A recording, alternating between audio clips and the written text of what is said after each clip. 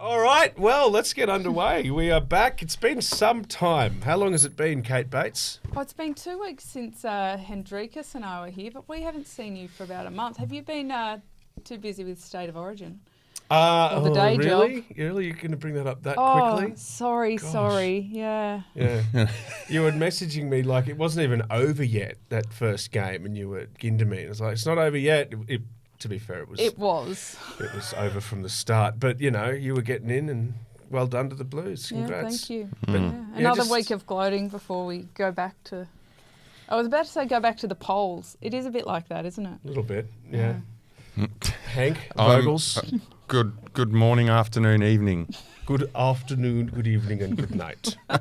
It's lovely to be back in the bunker because it's been a while and you guys got together right on the cusp of the Giro ending, but I don't think we got to really dive into what went right and, more importantly, what went wrong over there. So we're going to wrap a little bit of that up today, I think, with some, well, in Henk's case, some fervour. Potentially. Stock standard kind of just black and white. Yep. Black and whiteness. No beating around the bushness. Dauphine is happening as well. The Dauphiné is happening as well. How'd they go there? Was that okay? Very good. Thank you. All right. I mean, you were hurled into this sport with the Tour de France. Like, that's a pretty hard way to start. Yeah. And you've evolved exceptionally well with your pronunciation. I know. Look, so much has happened, and it's only been 4 years. 4 years. Is that how long you guys have been doing this? Yeah, can you believe that? Pretty Jesus. much. The better part of. Do we even know what episode we're actually on? Merckxy does. Merckxy. We're on 211. Are you serious? No, we're not. We would have had a party if we were over 200. No budget for the party. Yeah. Official guidelines in here say that when we hit 100, we get a party, so... But speaking of the SBS Tour show, are they going to bring that show back? That was a good show. The SBS Tour de France yeah. show. It was a good show. What, hang on, which are you talking about? We What did tour? that. Tour? Yeah. We did that with Sam Pang back in the day. Back in the day. Back in the day, yeah. Sam Pang. Yeah, the Sam Pang. But that yeah, was front bar audio. Sam Pang. Really? Audio only, right? No. It was full studio, I never produced saw the whole that. lot. Yeah. Was it called Bonjour? No, it was just the Tour de France show. I think we did 3 of them, one a week. It was brilliant. Yeah, So okay. Sam didn't know Pang got anything about cancelled. cycling. He was just freaking hilarious. Yeah. He's So a he got legend. cancelled, then we got cancelled. Everyone got cancelled. My favourite person was Gabriel Gatteau. He was awesome. on it. G'day. G'day. He's very... The only thing he did was make me go and get more ice cream out of the fridge at 1 o'clock in the morning, that bloke. Seriously, you sit there and watch the Tour de France, you get hungry, he starts making bloody beautiful creme brulees and that's one good thing that they used to do back in the day. Well, our The old Bonjour. cooking segment and watching lots of castles. Oh, you yeah. know, Well, that was flyovers. one. Fell in love with Watch. the field art pretty quickly. It has turned into a tourist thing. Yeah. The Tour de France coverage, it seems like every single helicopter shot, they have a complete rundown of every single castle and who was guillotined there and who lost their they get head. they get a book, like commentary. You get a whopping great book for every stage with every castle, with everything. And so... Yeah, you the know. TDU does that now for Adelaide. Yeah. I Which mean, is great. it's smart, right? I Like mean, Stewie's done a otherwise great job with that. You'd spend the will whole say time on Google, which castle is this? Yeah, exactly. Where is it? 7 turrets south of France. Because it's a history Big moat. trail. It's also a foodie trail. So it's got all the accompanying media. But let's be honest, watching 6 hours of bike racing puts you to sleep in the middle of the night. Like if you're in Europe and you're awake and you're having a beer in the afternoon or whatever. Yeah. But like if you're It's staying like, I up was at up 12 anyway. o'clock, you know what I mean?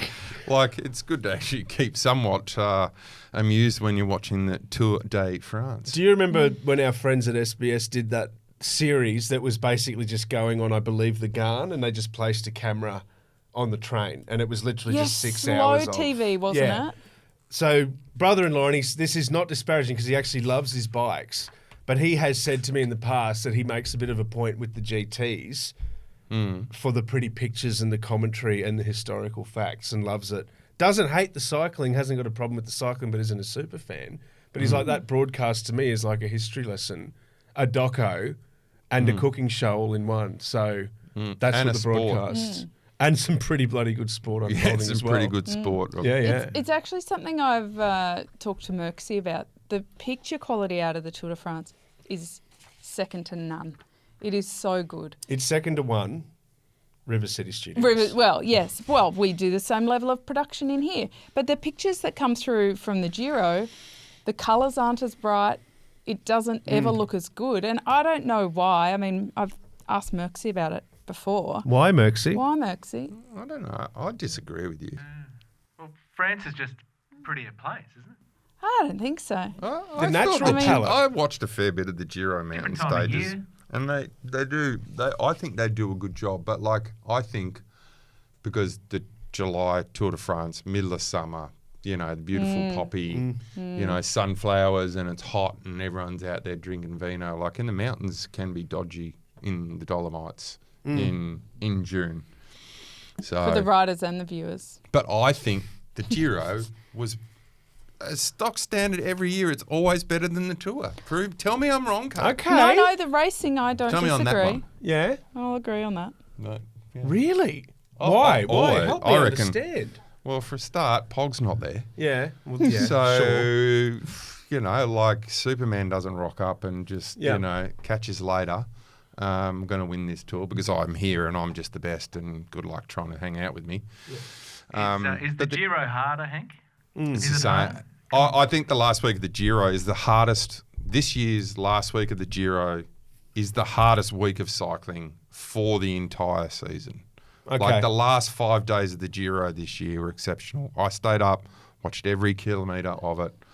The elevation, the difficulty, the Col de Finestra, which we'll talk about here in a minute, it is next level hard. So you were awake for all those kilometres.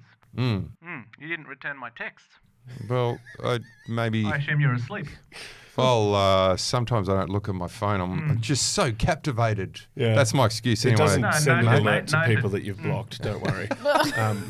Wow. It's all good. Well, I was getting lots of those on fire emojis and Oh, so you were checking. bang, You the were bang checking. emoji. So there's more moments. Like the field was different. The field was not as high quality because Pog wasn't there, but just the actual racing itself at the back end of it is just there's more to it. I just think because it's the warm up for the Tour and everyone concentrates on the Tour de France. It's like everything for the Tour. Who's going to win the Tour? The best guys are always at the Tour. I think the Giro every year is always those guys who are between 3rd and 15th in other Grand Tours who can win 1 week tours, go to the Giro and they know they're there or thereabouts. Mm-hmm. So the Giro always seems to have a little bit more drama than the Tour, I believe, and it always has. I think it's a better race than the Tour. The Tour, for the riders, is stressful. There's so much media scrutiny on the Tour de France from everyone in the world. Yeah. America, everywhere else. Like in Australia, we didn't even hear Yeah. that Chris Harper won a stage in the Giro. Zero, zilch, zip, Yep. nada. And which is disgraceful, really. Oh, I couldn't believe it. Honestly, So- not even ABC. I find that really disappointing. Whereas Yeah. the Tour is so much emphasis on that. Giro flies under the radar. The Dolomites are exceptionally beautiful. You don't want to ride this, believe me. You don't want to race in the Giro. It's nasty as. I think it's the Dolomites are the best place to ride your bike on earth. Okay. So anyway, that's my opinion. I think it's more human. It's a more human race, not for the geometry. I mean, the geography and the elevation. It's nasty. It's the hardest race, but I just think the field was better to watch, and I think people were tuning in. Those hardcore cyclists were tuning in and saying how awesome the Giro was. From an athletic perspective, I think the Giro is always the best. Yep. There's just something about it, and maybe it's like the Italian passion as well. And I probably bring a lot of my own experience there insofar as I raced, half a dozen Giros myself. We didn't have a Tour de France at all, and my experience of racing in France was the women's tours, even the 10-day ones. You literally slept on camp beds in schools. And had sloppy spaghetti. And had bad, wet spaghetti. So the French races were never the favourite. Different now with the Tour, but I love the Tour for the hype around it, and for the fact that you can talk to non-cycling folks about it because everybody knows it's going on, and it broadens the appeal. It's so interesting to hear in this. your normal community. But from an athletic performance, the Giro is so... I mean, Chris Harper, let's talk about that. We haven't actually spoken about it, Henk. I woke up... Neither has anyone. And Merckxy can attest to this. I was so excited. And the Aussies had a bit of success at the Giro, but for Chris Harper to win the Queen's stage, there was just something so magical about that. Like, yes, there was a GC implication, which we can talk about as well. But for me, that was... It's going to be hard for an Aussie to beat that performance this year. No, because it was the Queen stage, the biggest stage of the Giro, the hardest stage of the Giro. He goes into the break and hits them with 50k to go, like 5k up the Col de Finestre, so which has 7k of dirt at the top of this monster. It's 18k long. He hits them and then holds them off. And you know what? There was a time there when I was watching it where I was like, he has to hold what he's doing now because they're coming. And Yates broke the Col de Finestre record on the same day by 4.5 minutes to Chris Froome. So, I mean, we know what happened and we'll talk about it in a minute. But for Chris Harper, I mean, I've seen the kid come through from Bridge Lane back in the day when I was DSing from an Aussie squad. It's a great story. He's always been super strong and he's been that bridesmaid in the Nationals. I think he's finished on the podium 5 times. He's always been second or third or fourth or fifth, or just always there. And for the bridesmaid to take out the Queen's stage to have Jake O'Lula's biggest victory for the year was unbelievable. And then unfortunately for him, it was just overshadowed.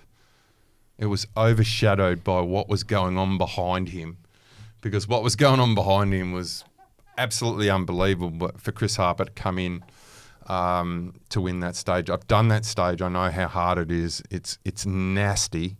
And for him to win that, well done, mate. It's his first World Tour win too. Like, he's had other victories, but he's had pro victories, but World Tour. Pro. Way to do it. Not bad. Like, that's a big one. And still speaking like the bridesmaid too, because all he wanted to speak about was how good for Yatesy. Like, he's don't really talk about my own first ever. But also, like he said, it wasn't until like the last kilometre and a half that he thought, I might be able to do this. Might be on here. That's a solid 48.5 kilometres of, oh crap, got to hustle. But and for him, just I can't imagine what was going through his head, knowing he had to go the whole way up the Finestre and do a 10k descent, and then that last into Sestriere is this 10k 3%, like horrible feeling where you're not really climbing, but you have to put huge watts in to kind of hold your speed. And when Yatesy was coming, and he must have just been thinking, oh God, if I blow here, this is gonna, what a disappointment this can be. But he held his nerve, and they must have done a great job by pacing him in. It's the ultimate fake it till we make it. Like, because you've got to have the belief, and whether you have the belief and whether you know who's coming and what's on the line, it absolutely doesn't matter. You can unpack that all after the stage, with your partner, your therapist, your teammate, whatever. Well, but in the moment... Yeah. How long has Yatesy been unpacking that happening to him from your mate Froome, basically? It's interesting, actually, because I look back on my career. I'm curious how you feel about this, Henk. And... being a professional athlete, like, there's so many ups and downs. It's like a roller coaster. But one of the biggest roller coasters is when you're in a position in a race where objectively you've got no chance, but you convince yourself that you do. And then you don't win it or don't achieve it, and you're so disappointed. But really, the odds weren't in your favour. But you rally so hard mentally to convince yourself that you can, there's this massive letdown afterwards. And I can say that now, well out of the sport, and I can reflect back and think, why was I so disappointed? I was never going to win that, Yeah. But you convince yourself. And Well, the thing is also, Kate, like, he's been a team leader on substantial amounts of money, and that comes with, pressure. So the last time he did it, he lost 38 minutes. Jeepers.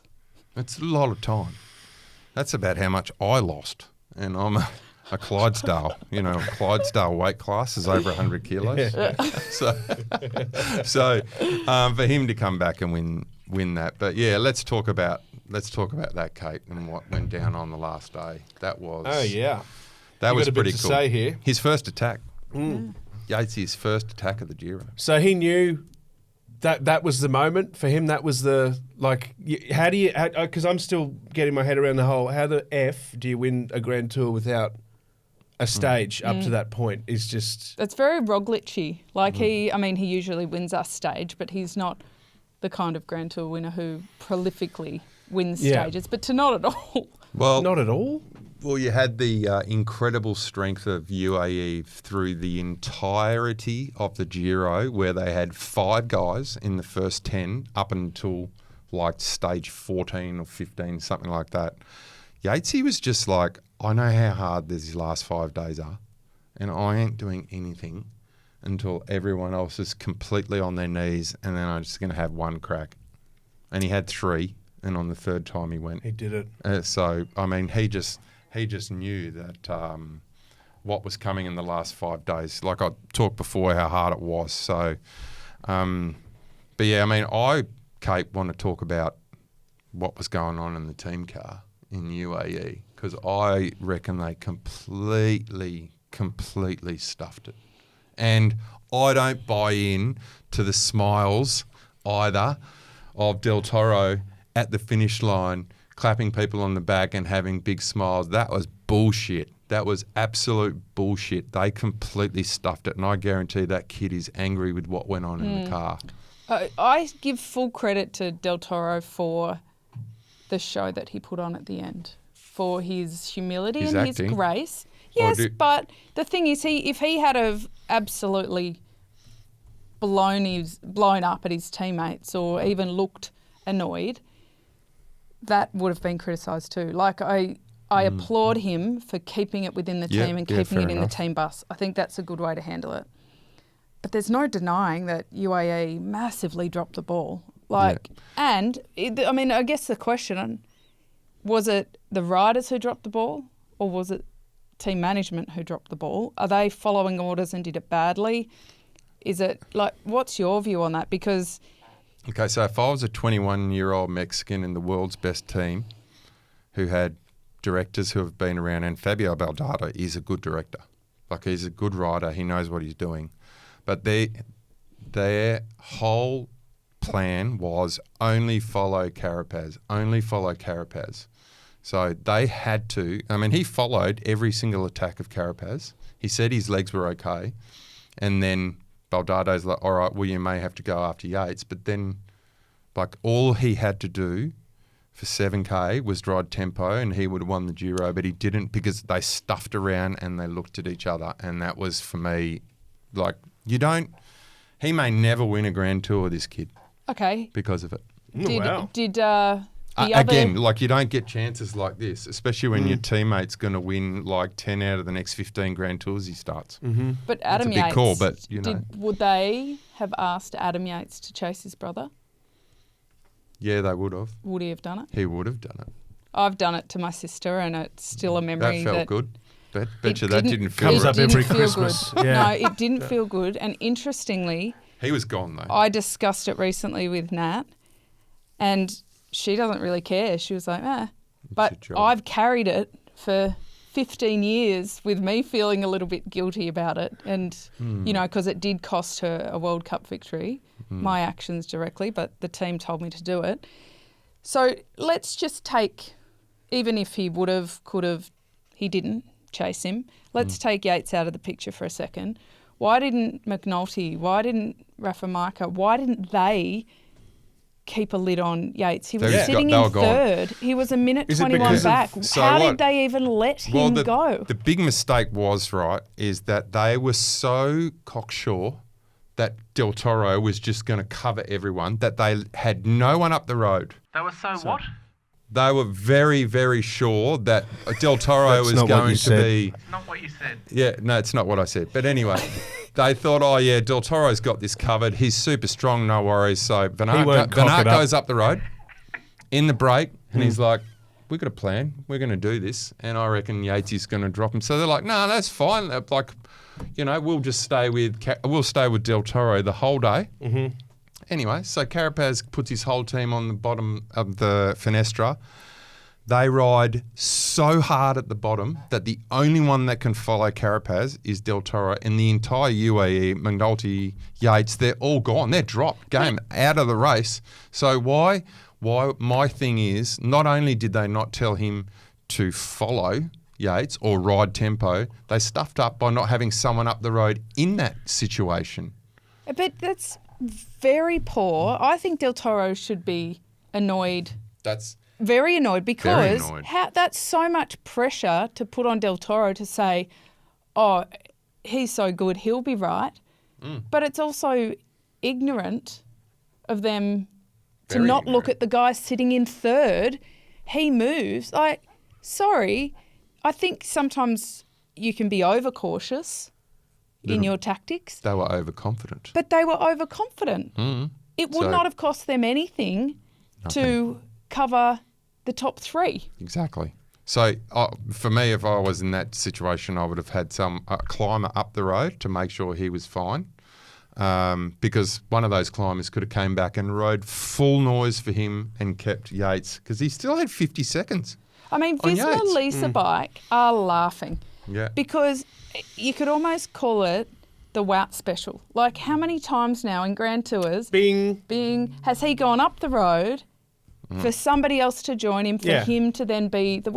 This is the second Grand Tour victory just on the back of Wout van Aert's shoulders. And that's taking anything away from Yates. No, but on an that early... was the catalyst. Right, like that is not a new strategy at all, let alone from this specific team, and they've missed it. Well, I can tell you, after being a director, if I had a yellow jersey and you knew that there was 15 guys up the road, including Wout van Aert, there is no way I would have someone in that move. So that's their first mistake. The second mistake is to say, you just have to ride tempo here, mate. You just don't worry about Carapaz anymore. Just ride tempo. You've even got a minute on Carapaz, so just ride tempo. But they just said, just follow. Don't do anything. Only follow Carapaz. So I see it.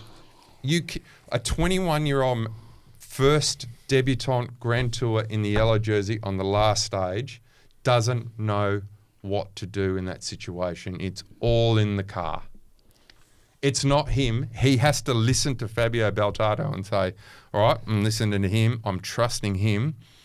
I really think it was their fault. I mean, not to labour on it, but Postecoglou got the boot after winning them a trophy. Yeah, but he also nearly got them relegated. Sure, and maybe he deserved the boot, but why aren't we going to see a head roll at UAE over this? Yeah, exactly. I feel like in cycling they put too much on the athletes and not enough on coaches and management. Well, that's how it looked, and that's how it was kind of being reported a little bit, that he had the legs and he had the courage, but he was just sort of sticking there, just not doing it. Like a very lethargic, it's there for the taking, but it wasn't him. It was... He did very well to follow those instructions. It would have been extremely frustrating for a 21-year-old of that pedigree, surely. Yeah, exactly. But the thing is, the heads won't roll in that organisation because they are still the number one team in the world with the number one rider in the world in Pogačar. So they've got enough victories. But if they didn't have a Pog and everything was down to Del Toro winning the Giro and they lost, maybe he does get the boot. But there's a little bit of an Italian mafia going on in that organisation with Giannetti and Baldardo. They've got to look at the whole... How do you get through 3 weeks to that moment and that be the situation? That's the question. He can't answer that. He's surely got to ask some questions of him and perhaps a very serious performance appraisal. Yes. Might I even suggest some paid leave? I don't have a lot to do with the governance of UAE, but... I just think it's like they just come at the moment and he just looked like he was riding, not riding at all, whatever. Yeah. But having said that, what a ride from Josep Del Toro, who arrived on the scene last year at Tour Down Under and won 3 stages, and then now he's second overall in the Giro. So For him, future's massively bright. Awesome to see a Mexican up there. We haven't seen a good one since Raul Alcala. And there was another one on Postal, couple of good Mexicans. So he's got a massive future in the sport, and he's also 6 years younger than Pog, so he might be their next hope over there. They're loving throwing around phenom. They just want him to embrace the up and coming prodigy. I do. Is he a phenom? Is he? What do you reckon? What's going on, Merckxy? Hank, I just had we've had a couple of listeners message us. Oh, here we go. Yeah, it's just a fact check. It's all good. You said the word cocksure earlier. Yes. And Wendy from Perth says it means confident in an excessive or arrogant way. Thank you, Wendy. Thank you, Wendy. Thanks, Wendy. Cocksure. Cocksure is a word. Cocksure. No, you didn't cock it up. No, I didn't. You didn't want to repeat it, but it's... But I'm glad you have Merckxy. Yeah, Again, we and knew you'd bring it back again, 10 and minutes again. later, Merckxy. Yeah. Listen, we can really go open slater on this podcast if you want, Merckxy. I don't know, we'll get cancelled. We can cancel ourselves. Let's not cancel ourselves. We're good. We don't have to cut that out. Let's not Real do. word. Let's not do that. Real word. What does that do for so you're 21, everyone's telling you the next big thing, you're amazing, but your team's kind of messed with you, kind of stuffed you up a little bit. It's a massive team, of course you want to be there, you're getting paid big money, but is that going to shake those foundations a little bit of his own faith? No. He followed like 15 attacks from Carapaz up the last climb in the Giro after 3 weeks, after Ayuso went home, after Jay Vine went out the race. They've got this incredibly strong team. He weathered the storm up until 8 kilometres to go on the Col de Finestre on the second last day of the Giro. He's 21 years old. He's second year pro. He is, but I can tell you, he's going to weather the storm. That kid went home that night after the smiles and the shaking of the hand and maybe a couple of beers, and he just would have went, fucking hell, I just lost the Giro. That was right there. Wow. That there, he would have just been like maybe head in hand stuff in the private going, Is there any I can't believe scenario it. where he pulls the radio out? Well, I mean, that's kind of... old head on young shoulders. If that was me, I'd be like, I'm losing the Giro. I got to go. I can't wait around for what Carapaz is going to hit me again and maybe get 20 seconds on me. I have to ride tempo, otherwise I'm going to lose the Giro. But the carry on after as well was a bit disappointing. And Carapaz just said, "No, you haven't helped me all Giro, so I'm not helping you."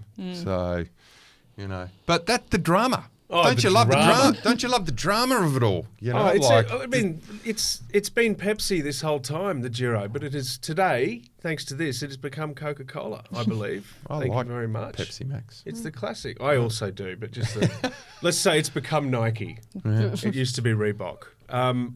Outstanding. What other Aussies? So Lukey Plapp, Caden, obviously getting in and Great. it's good to results. see. It was a Good great Aussie. Giro from It was them. a great Giro. And I hope that through Dauphiné and Suisse, we can have, pretty positive lookings for the Tour de France. And from a sporting perspective, we've discussed, where the Tour sits. But from an Aussie media perspective, that's the opportunity for these guys to get their name in lights in Australia. And I always wish that for them, to broaden outside of, Huge. such wonderful organisations like ourselves discussing their victory. Actually giving them a little bit of airtime. We've given it a good amount of airtime. But I got to say, just to pick up in general, that news, that stage win, not picking up breakfast TV, breakfast radio, print, where it just was nowhere. Like it got a little run on ABC. They did a feature a couple of days later. But that moment, aside from SBS and the cycling-specific dedicated cover media outlets, was just piss poor. You know who would have had it back in the day? Who? Billy Woods. It would have been on Sports Tonight. It would have Billy led Woods would have Sports said- Tonight. Yeah. It would have. That was a great show. The 30-year-old winning his Yeah. first stage would have led bloody Sports Tonight. Yeah. Or maybe, Joel, it would have been the play of the day. I'd give it Yes. the play of the day. Yeah. We should get Bill Woods on the show, actually. He's been messaging me, but Yeah. He's a cracker. He's pretty cocksure as well, isn't he? that's cocksure. Yeah. But yeah, anyway, that's a fight we continue to fight. Congratulations to him. It was great. You mentioned Dauphiné, so let's not worry about that because Pog had a really bad time trial, so it's all over. Nothing to talk about there. Moving on, Catherine, what do we think? So Remco came out, stage 4 and got his wheels on, basically. Looked okay. It's Yeah, like he was back in the Pizza Hut motorbike. I think there's a lot to talk about for all of our big names. Pogačar winning on the first stage, Evenepoel, smashing it in the time trial. But I personally think the highlighter should be on cousin Jonas Vingegaard, because for him to nearly win stage 1, he's, a 50 or 60 kilo, 55 kilo climber. He's in pretty good explosive high power form for that. He did really well in the time trial, better than Pogačar. He's a better climber than Evenepoel. He's not going to be as good a sprinter as Pogačar, but he's a pretty solid time trialer based on current form. That, I think, puts him in really, really good stead looking forward. And to be honest, it's just my view, but I think Dauphiné and Swiss, their biggest purpose is to get ready for the tour. So I never watch these races and separate them from that. I watch them going, this is the preview. So this is the form that you're then going to take into the... Yeah, so Remco and Pogačar have become... We'd be shocked if they weren't winning. I'd be shocked if Remco didn't smash the time trial. I'd be shocked if Pogačar wasn't winning in stages like that. But Jonas, to me, I like his form. I don't know if you've seen any images or any video footage highlights of the Dauphiné, but I reckon Jonas has chucked on a bit of beef, and I mean muscle. Okay. He looks a bit larger. Well, he needed to, right? He needed to up his power because he needed to up his ability in time trials. And it's a fine line between not compromising his climbing, but if you are so superior in the climbs but can't quite drop them, but you're losing significant time in time trials, it's not going to win you a Tour de France. No, and I mean the last 2 Tour de France's, right? 2 years ago, Pog breaks his wrist, was a bit short. Vingegaard wins, smashes him in the time trial, rides away from him. We know what happened. Last year, the opposite happened, where Pog was another level and Vingegaard was there or thereabouts, but he was in the same position. This year, knock on wood, they're both coming in at their peak, even though Jonas had a crash earlier in the year. He's going to turn up to the Tour with 17 days racing for the entirety of the year. So... and then I think even after Evenepoel's crash earlier in the year, the 3 of them are turning up in their prime condition. Okay. Based on the first 4 days, they attacked, got away together. You've seen them all do a fantastic time trial overnight. Next little step is how do they go on the big climbs here in the next few days? So I think we're going to see a little bit of who's got what in the next couple of days, because we've had some hard days obviously, but the Dauphiné time trial, some mountain passes where we're going to see a little bit more. So yeah, it's exciting to see the best 3 stage races on earth coming together in the Dauphiné. So like we said last couple of weeks ago, poor old Tour de Suisse has got like one GC person going there, So yeah, I want to just go back to stage 1 for a second, because if you just looked at the results, it looked like a bunch sprint because everyone finished together, but actually it was a break of 4 and the rest caught up and made it look like that. The winner of the bunch sprint, Henk, tell us what kind of bike he was on. Jake Stewart was on a really, really fast bike. I can't tell you the name of it. I do know it. What's the brand? It was a prototype Factor Aero road bike, which is going to be released very, very soon. The UCI passed it. It is unbelievable. I will give some info out. So Jake Stewart said it just felt incredible. It was riding away from him, he said. So those forks, they look a bit like their track bikes. No, not. They kind of a little bit based, Merckxy, on the Hanzo time trial bike. So that's the fact. It's Factor's really, really fast time trial bike, the Hanzo. So can you bring one in, Henk? Make a promise? There is one in Australia currently. Ooh. There is one in Australia currently. I'm Is it on the Is it in your garage? It isn't in my garage. It will be. It's actually currently in Melbourne right now, so it's hidden from general view of public. But Okay. yeah, I can't give too much away. All I can say is that it's actually smashing some wind tunnel tests. And that's all you're going to get out of me on this one because All right. I do like my job currently. So I can't leak any more information. All I know is that Jake Stewart loved it. He raced. He won the very first day prototype, wins a bunch kick in behind, 80 up bunch sprint. And Well, you're not he really won. leaking anything. They took it to a bike race. Yes, I know. They showed it. You're not the name, though. I'm trying not to leak. That's Time for the big reveal. We're giving one away to one lucky listener. All you have to do is ring in and tell us how to spell cocksure. And the one that is currently in the back of Henk's ute will be on its way to you. Is that right?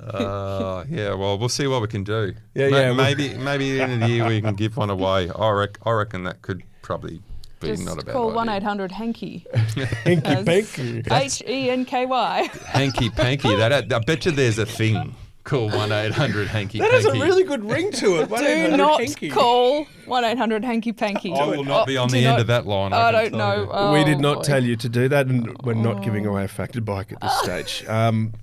Watch this space, though. Read the T-shirt. Yes. That's all I'll say. Exciting days for the company. Benny O'Connor's going to get the glutes into gear, the Tour de Suisse as well. Catherine, we like to see And glutes Michael getting out. Matthews. Yeah. And, both Michael Matthews and And glitzy. The bling and the beef. I mean, Bling's, he's a fairly consistent performer. So we expect him to have pretty solid results. And, you know, where the opportunity comes, he's always pretty reliable. Glutzy, I'm really, really keen to see where his form's at.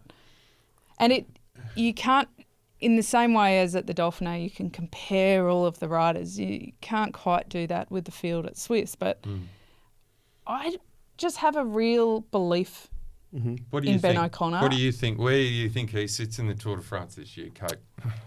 I think if he fulfills the potential that I think he has, I think he can run easily top 5 with 2 or 3 stage wins. At his best. I think that's where he could. That should be his. Geez, that'd be the That's dream. the peak. That in my view. But in saying that, look at what happens, and it's not to sit on the fence, but you say that on paper based on other stuff not happening and calamities not happening, but they do. So the chance of one of our, big 4 riders having an accident It's high. is Oh, pretty high. absolutely. So that changes it. So when I say top 5, I think he could be on the podium. Depending, If we have a skittle of a Remco or a depending on big- the yeah, okay. non-form related things. Yeah. Because I think that's important to differentiate. What do you think? Well, I think that he should forget, and this is no knock on Glutzy, legend. I think he should forget about riding GC. I think he can win way more stages in the Tour de France and any other Grand Tour. Like Ben O'Connor's the kind of guy in the second week and third week of the Tour where he was 15 minutes down on GC. That guy's so strong week 2 and week 3. For me, when he goes off GC, he gets carte blanche to go up the road and just ride away from people on hard days in the mountains. Like he could quite possibly in the next 2 or 3 years, if he doesn't concentrate on GC, he could win like 10 Grand Tour stages. He's that good when it's hard. Okay, but why did Jaco bring him over? Is For because that reason. is that even Did you his really decision? think that they thought Ben O'Connor is going to win the Tour de France for us? Is it important for them to be on the podium, or is it more important for him to throw the hands up in the Pyrenees and the Alps 3 times for the next 3 years? Well, I like think 9 stages of the Tour de France in the next 3 years, because that's what he's capable. When it gets hard and he has a little bit of rope, don't give Ben O'Connor 50 metres and a break. He's gone when it's hard. See, like He's so good when it's hot and hard, that guy. me thinking that he can say run top 5 with some stage wins is absolute best form. But Yeah. take the GC off, you'll get a lot more opportunity on the stages. But I think it entirely depends on how he feels, new team, new opportunity. Are the chats with him, I want to change teams because I truly believe I can be on the podium and I want the support for that. Or is the conversation like, I just don't think that's my path. I want your support to go this way. I think it entirely depends on what was said in that conversation. I mean, he did a great GC in the Giro a couple of years ago. Really good GC. And since then, I hate to say the word fail, but every time he's tried to ride on GC, he's cracked. And I mean that with utmost respect to him because he's a champion bike rider, but I just don't think that's the way he should go. Okay. I think he can... He got second at the Vuelta last year behind Roglic. And he had some injury after that, the breakout tour as well, didn't he? Didn't he have a bit of a layoff and whatnot that sort of hampered him for the season after that, or am I getting mixed up there? No, he has had some injury woes. It has been up and down. Had he have not gotten second at the Vuelta last year, I would be far more in your camp of... But I just saw that as maybe a new opportunity. Like he already knew he was leaving the team. He had a bit more hope for the future and belief in himself. I think he's been pretty weighed down by everything that we in part saw play out on Netflix. And I think that is an area of vulnerability for him. So maybe with that off his back, he knew he had a new chance and he felt good. I love your optimism. Thank you. I love your optimism, but I'm just realist. So there's no way he's following those couple of guys in the tour, those three. So based on what we've seen. But yeah, I mean, I don't want to be a pessimist, but I just think I would go, for me, if I was in his position, I'd be like getting in the break every day. Take yourself off GC and go. But anyway, you got a dream. Well, let's see. You know what? Let's have this discussion again after Swiss to see how he approaches that and get a bit of a gauge. We can also chat to some folk in there and see what inside word we can get. But get a bit of a gauge on what we think he's going for. And how do you think Matthews is going to go? They're going to be fighting over those two for stage wins up the road? Yeah, well, but I think for Matthews, he almost is at his best when he's just given the rope to do his thing.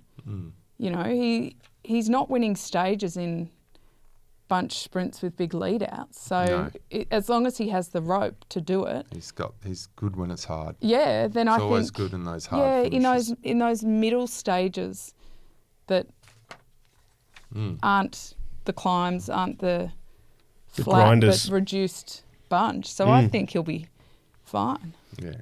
No, I'm excited to see what those guys do. I think that Green Edge needs some more victories. They're in strife, points-wise. In the World Tour, they need to have a good Tour de France. I wouldn't say their Giro wasn't bad, but yeah, they need points. They're on the chopping block. You know, they're right down the bottom there, and there's a couple of teams that can leapfrog them. So yeah, you're only as good as your last race. So those guys need to be on song. So let's hope we see some good Aussie victories in the Tour de France coming up. But yeah, interesting to see how Swiss will go.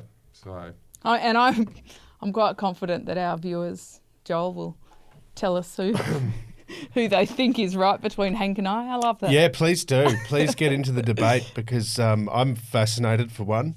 I'd love Ben. I want him to do well so he's in the media more because he's a fantastic media talent. He's volatile and you just never know where he's going to go, and that's ultimately good for the sport. It's what we were saying we wanted for the domestic series and everything. You need colourful athletes, characters. And he's a colourful athlete. He is. Anyway. And he's West Aussie too. We've been trying to get a statue going for years. For so long. Basil dropped the ball, didn't he, Merckxy, on that one? Not talking to him, He's Joel. fallen No, asleep. Oh, he's on I'm the here. phone to him right now. Sorry, I'm just checking my DMs. Put him on conference call, Merckxy. Let's go to the women's racing now. Catherine, you have some updates that you'd like to share, I believe, starting with Kat Ferguson. Yeah, well, so Women's Tour of Britain. Tour of Britain's always a cracking race. It is, like, it plays quite an important role in the women's calendar as well, sort of between Grand Tours, between the Vuelta, which runs early season, and the upcoming Giro. But Kat Ferguson, first-year senior, gee, she's good. She only came second, though, beaten by Ali Wollaston. Oh, Ali Wollaston. Yeah, Of course. Kiwi. She was, like, I love her work on the track. She was bronze medalist in Paris in the Omnium, silver in the team's pursuit. Super dynamic rider, like really, really impressive, and has moved to FDJ this year. So, geez, they got a good team. They do. They have a really good team, and she was riding in a smaller team, the AG Insurance. With Anya. Yeah, with Anya each Lau. year it builds. So when I say smaller, when she was riding for it, it was still building up. But gee, she's impressive. I love it when the track riders, and we see this a lot in the men too.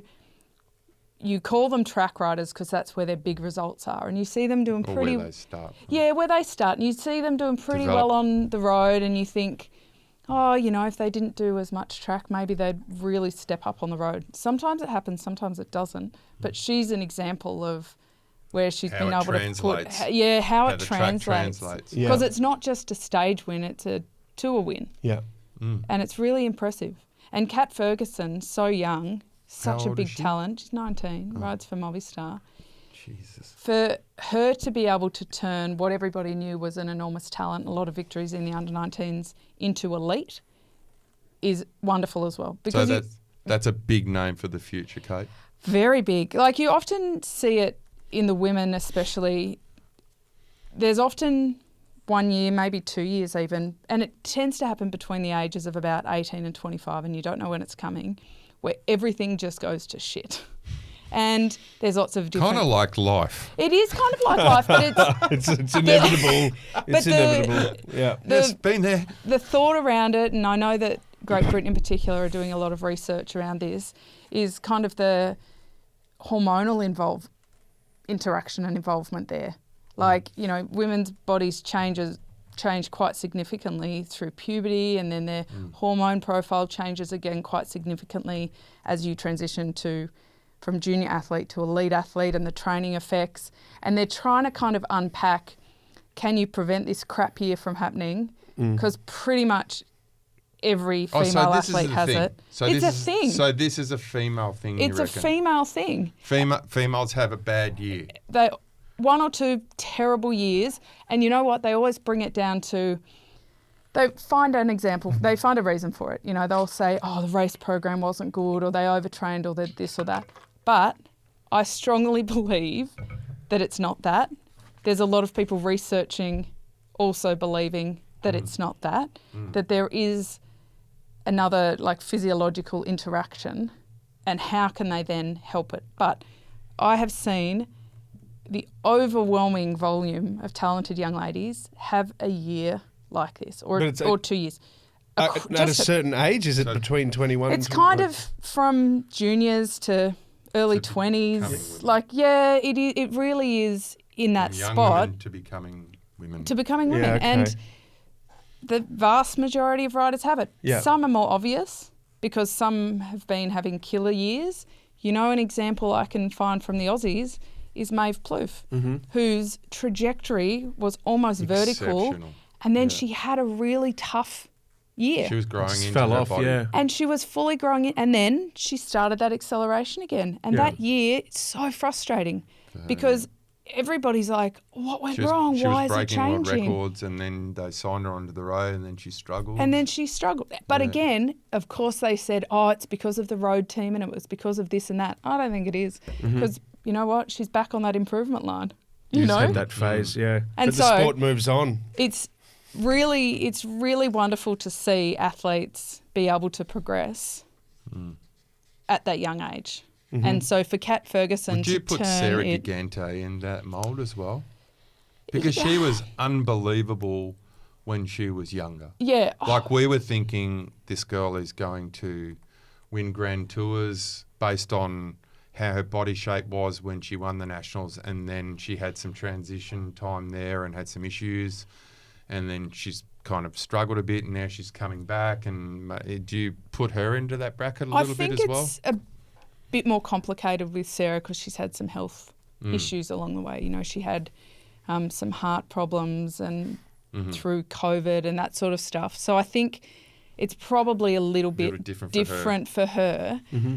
But I'm so encouraged every time I see her come out and give it a good crack. And you know, Do we know what her program looks like? Well, she's for doing this year? Tour de Suisse. Tour de Suisse. So that starts on it starts today actually in Europe. Yeah. So it'll be. I think her program is quite dependent on where she's at, because she's been really consistently getting better. But with every recovery from any health thing, there will be setbacks.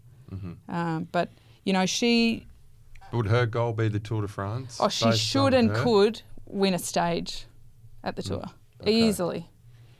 So it's just about getting that health all together. But yeah, I find the women's side really interesting from that, because it is progressing at a massive rate, professionalising. It's a real career path for women. It's amazing. But women are not small men. Like, there's very different physiology, and the research is overwhelmingly based on male bodies and male physiology, and there's catching up to do. Catching up to do. A little bit of this in the aftermath of the Women's State of Origin this year. Some of the Blues players, I think, came out and spoke about this, because there's been such a swift uptick in profile and responsibility, and yet the structuring of the competition sucks to the extent that they're playing a State of Origin before they actually play their footy season. That the burden, the physical and the mental burden is... They haven't been conditioned into it. Basically, it's all very new, and players have taken leave, have taken breaks on the back of that series because of similar kind of stuff, and they're all in that kind of age bracket as well, where it's like... It's interesting. Like, they know, if you use men's footy as an example, that the older footy players do a lot more on the bike, like on a watt bike or something, than they do running, because the older bodies do not recover from the running load that the younger bodies do. So players in different age groups train differently based on that. They then translate that to the women, but they just copy-paste, because they don't have that research or insight or history. So in that way, the women really are like forebearers. Yeah. You know, they're kind of guinea pigs in many ways, and future generations will really benefit from what we're learning about what they're doing now. But what they're going to do, But there is undeniably going to be moments in women's sport, as it does professionalise, that we can't really explain something that on reflection we'll be able to.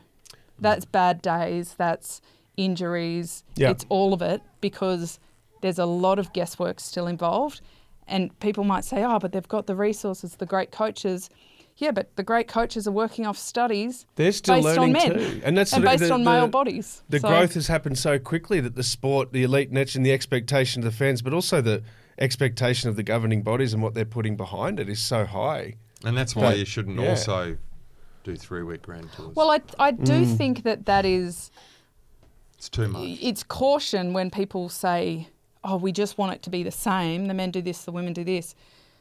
Except, is it? No. It's not the same. It's not the same. Not. And we know how many studies are happening around the world as far as the injury side of things, ACLs and whatnot, but that physiological in soccer, thing. that's massive, isn't it? It's huge. Well, the ladies, they break them much easier, right? Well, because the the Q angle, the angle between your pelvis and your knees is vastly different on women. We make babies. Yeah. You know, and And we they're inject still them for... We grow the babies, we incubate the babies. Yes, that's right. We're making you grow. And our pelvis is designed in a way to do that. As long as Yes. we make babies, as long as we are cockshort enough. That is where that word applies more than anywhere else today. The most fun here is what particular minute marker of this show is going to cancel Henk? Is Merckxy now cutting? Which one is it? I'm pretty cocksure that's going to be me first who's getting cancelled. It's such a fascinating discussion. The Matildas are another one. They're a really good example coming off the momentum of the last few years, the World Cup into the Olympics, into the Asian Cup, into everything. A little bit of an underperformance, you might say, at the Olympics, into some disappointing series on the back, all the injuries going on at the same time, turnover of coaches, all of this elite, the usual way of sports chaos. You mentioned Anne Postecoglou before. It's a weird field of play. It's weird behind, on and off the field. They're not as used to that. So the body is taking all these stresses from every angle, and it's the marriage between all of that. When we find out more, it's going to be really, really fascinating. But you're seeing, it's anecdotal because I haven't quickly fact-checked this. But anecdotally, female cyclists have a higher rate. There's more prevalence of impingement through the hips, of blood flow requiring surgery. Yeah. I have to check that. But Iliac artery. Iliac artery artery impingement. surgery, Yeah. yeah. I know so many in the top 10 of any women's race, there will always be 2, 3, 4, if not more, who've had that surgery. Mm-hmm. And I don't think it's the same for the men. I'm going to come back with the stats Love to on know. that. But even, things like that, they are just different. But this is the other thing, is like that we're starting to know that this is different. So how is the training side of things changing? Because that was one of the big raps going back to the NRLW again, was that people observing the camps, because they had 6 weeks to get these girls ready for these series, and they are training the same way. You know what I mean? The NRL side's training. They're doing the same drills, same programs, same intensity, same everything. Does all of that needs to change potentially? No, I don't think so. What I see is that the methods are the same. Yeah. They work. The methods work. It's just the volume. So you can do, if they know an exercise works, they know a specific exercise, a training regime works, they've just got to work out, okay, how much can the ladies do of this? So all the strength stuff, all the mobility, agility in any of women's sports got to be similar based on hand-eye coordination, based on that. But it's just got to be working out, okay, how much can they handle? And when you work that out, I think you're going to be a very successful coach. And putting it alongside the scheduling and the travel requirements, and that's been a big one in the football, the Tillies and women's football in general has said since that side of it, and we've got the girls crisscrossing the world to get to different international camps, back to their club, back to whatever, that's playing its role as well. They're putting them in economy and flight. You know what I mean? Just everything, just that whole casserole is a little bit out of whack, I guess. Yeah, I mean, God, be awesome if you could work it all out. The amount of, hormonal and periods and everything else around women's sport, and having to work out, when you're good, bad, and ugly. Do you know what I mean? It's such a roller coaster. So if you can work that out, I don't profess to know it. So well, I raced. Was always you're concurrently racing with the ladies in my career. And Kate and I raced even together, sometimes. But yeah, that's not my forte. And then to be able to, the level of performance itself that we're seeing across the board is out of control. So got to look after your athletes. Can I hark back to something? Can I just have a quick little peek behind the curtain here? That got us into this whole rabbit hole in the first place. And I just want to give a quick appreciation moment to Kate Bates here. Because at the very start of this segment, I said something along the lines of, so women's racing, Kate, yeah, how exciting. Kat Ferguson's been good. The lead line on that was actually Ali Wollaston. But you magnificently turned that round into us leading with Kat, blah, blah, blah. But the real story here is Ali Wollaston, which then led us into this beautiful bloody rabbit hole of sports science and whatnot. But shout out to you, because I gave you an absolute dumper there. No. And you got your boogie board out and you got it into shore without chewing too much sand. Yeah, no worries. That was pretty good. Yeah, I'll come back whenever you like. Yeah, it's nicely done. Community Corner, Catherine, let's finish up. Unless we want to stay longer, because I'm having a great time. Merckxy, how long have we got? We stopped recording about 25 minutes ago. Oh, good. We got plenty of time. New Centre of Excellence happening in Adelaide. We know that there's a lot of active transport, cycling infrastructure. We know Balmoral's back in action here in Brizzy. We know you can't ride on the Story Bridge, but that's another story entirely. What are we excited about in Adelaide? No, we're excited because the AIS Sprint program and acceleration program is moving to Brisbane. So yay for Brisbane. But Adelaide, which has a beautiful velodrome there, they have just announced that they're re-upping their arrangement with the SA government to keep the endurance program in Adelaide. So if you want to ride for a long time, you go to Adelaide. If you want to ride for a short time, you come to Brisbane. Come to Brizzy. Peter Malinakis, friend of the show. It is Peter Malinakis. He's fantastic. Not only are they resurfacing the track, they got a $7.5 million grant from the government to resurface the velodrome in Adelaide to make it up to training standard, especially looking toward Brisbane 2032. But they also built a wind tunnel that is the only sport-specific wind tunnel in the Southern Hemisphere. Wow.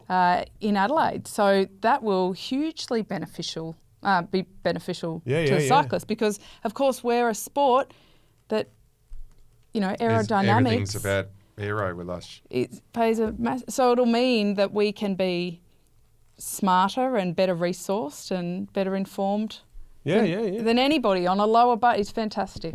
So is that where the bike is?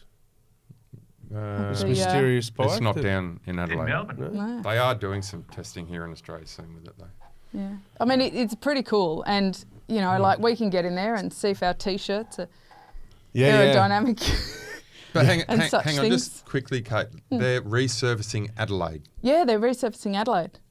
But the Olympics isn't at Adelaide. No, but as a training centre. As a training centre, so that the track is up to spec for the Aussies to train on. Why wouldn't they have the Centre for Excellence for Endurance at the velodrome where they're actually going to be racing on? Good question, Henk. It's a good question. Well, because they're bringing the Sprint and Acceleration program here and working with QAS. They can do sessions there together. I think there's existing infrastructure down there. It's great infrastructure. The South Australian government is also building the wind tunnel. More to this story, Henk. I'm going to look into this. We've opened a can. We have opened a can here, but I don't think it's a bad approach. It's more money for the program. You know where else they've replaced a velodrome? Where? Rockhampton. Yeah, Rocky up They're north has replacing. some grades. That's the concrete track, right? It is Okay. outdoor. Is that 330? 333. outdoor. Yeah. And it's 33 degrees too. Is it a steep one or is it a flat track? No, Have you raced it? it's not. No, I haven't raced it. It's not Anime's Velodrome steep, but it's not flat Maryland's Oval.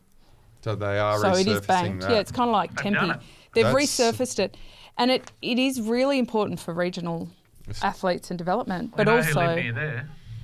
Say again, Merckxy? You know who lives near there? Oh, Anime is. Yeah.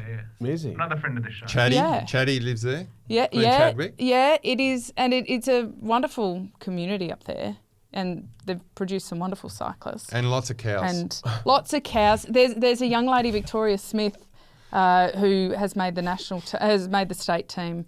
She comes from Rockhampton, and she was having to train just with her dad by the side of the track, helping her out after school. Love you that. know, and the more that we improve the facilities in these regions, the more access we have to regional athletes and their development. So I think that's really cool.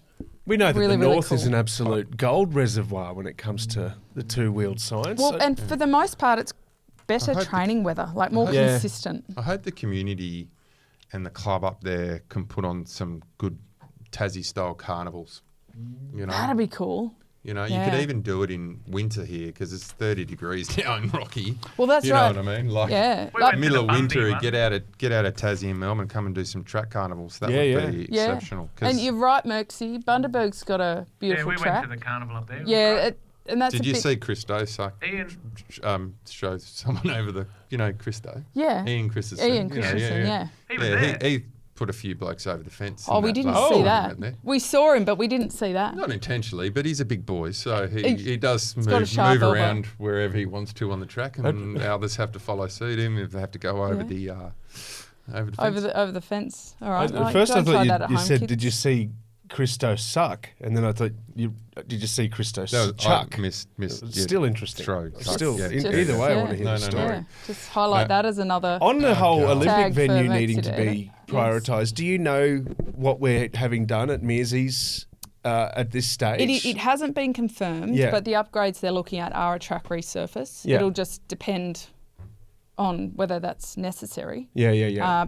Because you can't assume that the age of something necessarily means it needs to be resurfaced because it depends how many bikes have been on there, what the weather conditions are like. If it needs upgrading, they will.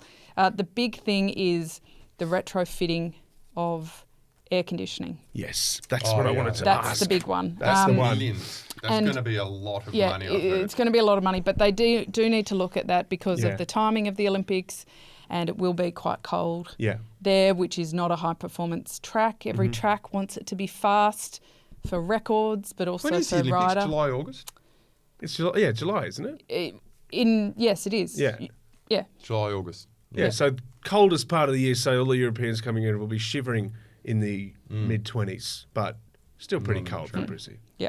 Cold on the track. But that was the big one, isn't it? Because it's an absolute oven, or it's... I mean, it's an oven in summer and ridiculously so. But then they turn those fans off because they can't put fans on, so there's nothing at all. I mean, Gold's in Australia, we typically haven't had air-conditioned velodromes at all, but they do in Europe, obviously, because otherwise they couldn't train in there. If it's cold, like it's winter in Brisbane at the moment, cold in the mornings, but still pretty nice during the day. You don't need a puffer vest. Yeah. Bloody But in there, it'd be like an absolute... in Berlin, for example, that's a little bit chillier Tiny in bit winter. chillier, yeah. So for them to be usable, so there is good design around the installation and use of these, air conditioners and heaters. Okay, all right, well, watch this space. Not cheap.